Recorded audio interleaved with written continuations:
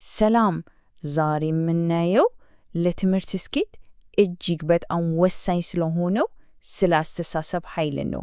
ይሄ ሁላችንም የምናውቀው ነገር ነው አይደል? እስኪ አስቡት። ተመሳሳይ ችሎታ አላቸው፣ ምናልባትም አንድ ክፍል ውስጥ የሚማሩ ተማሪዎች፣ ግን የውጤት ልዩነታቸው የሰማይና ምድር ያህል ነው። እንዴት? ለምንድን ነው ይሄ የሚሆነው? እስኪ ለዚህ ጥያቄ መልስ እንፈልግ። ኦኬ፣ ግን ወዲያውኑ አንድ ነገር ግልጽ እናድርግ። እዚህ ጋር ያወራን ያለነው ሁሉም ነገር መልካም ይሆናል ብሎ ስለማሰብ አይነት ነገር አይደለም። ይሄ ከንቱ ምኞት አይደለም። ይልቅንም ለስኬት የተዘረጋ በተግባር የሚታይ እና ውጤትን በቀጥታ የሚቀርጽ የአእምሮ መዋቅር ነው።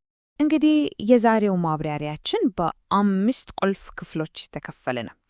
መጀመሪያ ስለ እምነትና ጥረት እናያለን።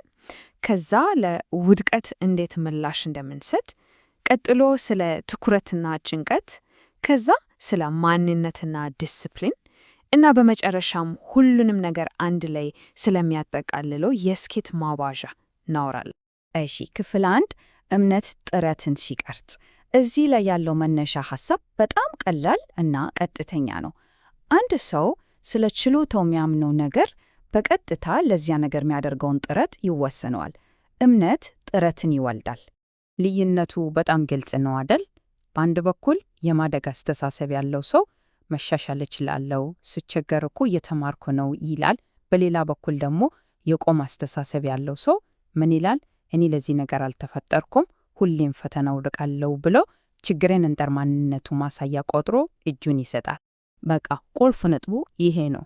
ወሳኙ ነገር አላቸው አእምሮ አንድ አይነት መሆኑ ነው፣ ግን እምነታቸው የተለያየ ነው። እና ያ የተለያየ እምነት በቀጥታ ወደ ተለያየ ውጤት ይመራል። እሺ፣ ወደ ሁለተኛው ነጥባችን ስንመጣ ደግሞ ለውድቀት ስለምንሰጠው ምላሽ ነው ያለን። አንድ ነገር መታወቅ አለበት። ከፍተኛው ውጤት የሚያመጡ ተማሪዎች በጭራሽ አይወድቁም ማለት አይደለም። በፍጹም ይወድቃሉ።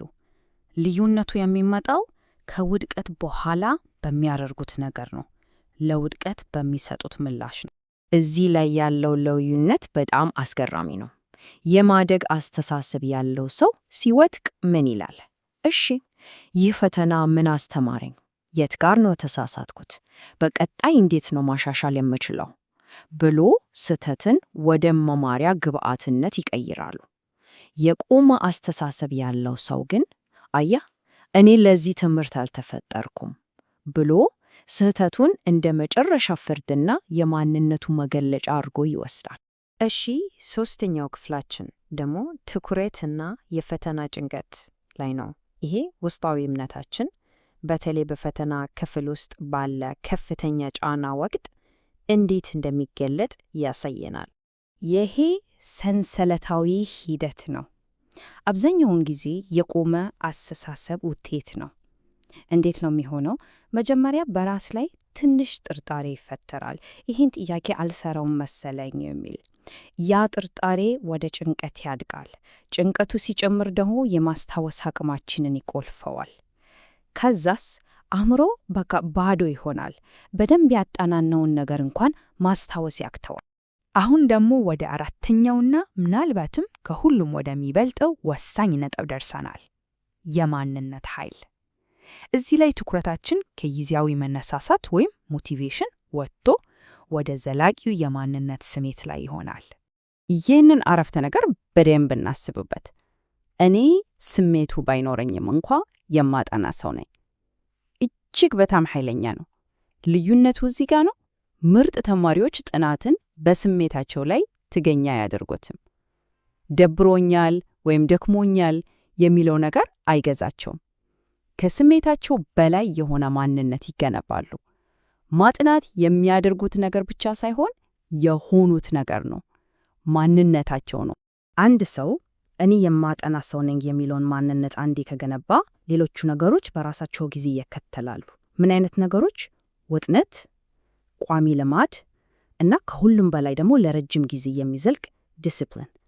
እነዚህ ሁሉም የሚመነጩት ከዛች ማንነት ነው። ስለዚህ የስኬት ቅደም ተከተል እንደዚህ ነው ማለት ነው። ደረጃ 1 ማንነትን መገንባት፣ እኔ እንዲህ አይነት ሰው ነኝ ማለት። ደረጃ 2 ያ ማንነት ልማድን ይወልዳል፣ በየቀኑ የሚደገሙ ድርጊቶችን። ደረጃ 3 ያ ልማድ ደግሞ ውጤትን ያመጣል። ስለዚህ ቁልፉ ውጤቱን ብቻ ማሳደድ ሳይሆን ከስር ያለውን ማንነት መገንባት ላይ ነው ትኩረት ማድረግ። እሺ፣ አሁን ሁሉንም ነገር አንድ ላይ የምናጠቃልልበት የመጨረሻው ክፍል ላይ ደርሰናል፣ የስኬት ማባዣው። እስኪ የስኬት እውነተኛው ቀመር ምን እንደሚመስልና አስተሳሰብ ደግሞ በዚህ ቀመር ውስጥ ምን አይነት ወሳኝ ሚና እንደሚጫወት እኒህ። ብዙ ጊዜ ስለ ስኬት ስናስብ ወደ አእምሯችን የሚመጣው ቀመር ይሄን ነው አይደል? ጥረት ሲባዛ በስትራቴጂ ሲባዛ በጊዜ፣ ጠንክሮ መስራት፣ ትክክለኛውን የጥናት ስልት መጠቀም እና በቂ ጊዜ መስጠት። ይህ በእርግጥ እውነት ነው፣ ነገር ግን ታሪኩ እዚህ ላይ አያልቅም። አንድ በጣም ወሳኝ ነገር ጎድሏል። እና የጎደለው ነገር እምነት ነው። ወሳኙ ነጥብ ግን ይሄ ነው። እምነት ከነዛ ጋር ዝም ብሎ የሚደመር ነገር አይደለም። አይ ይልቁንም ሁሉንም ነገር የሚያባዛቸው ቁልፍ ነገር ነው። አስቡት፣ ጠንካራ እምነት ከሌለ ያ ሁሉ ጥረት፣ ያ ሁሉ ስትራቴጂ፣ ያ ሁሉ ጊዜ ዋጋ ያጣል። እምነታችን ዜሮ ከሆነ የቱንም ያህል ብንጥር ውጤቱ ዜሮ ነው የሚሆነው። እናም ይህንን ማብራሪያ የምንዘጋው በዚህ ጥያቄ ነው። እያንዳንዳችን ራሳችንን መጠየቅ ያለብን ጥያቄ ያለን አስተሳሰብ ስኬታችንን እየገነባ ነው ወይስ ወደ ኋላ እየጎተተን ነው? ጥረታችንን የሚያጎለበት ኃይል ነው ወይስ ትልቁ እንቅፋታችን እየሆነ ነው? መልሱ የእያንዳንዳችንን የስኬት መንገድ ሊወስን ይችላል።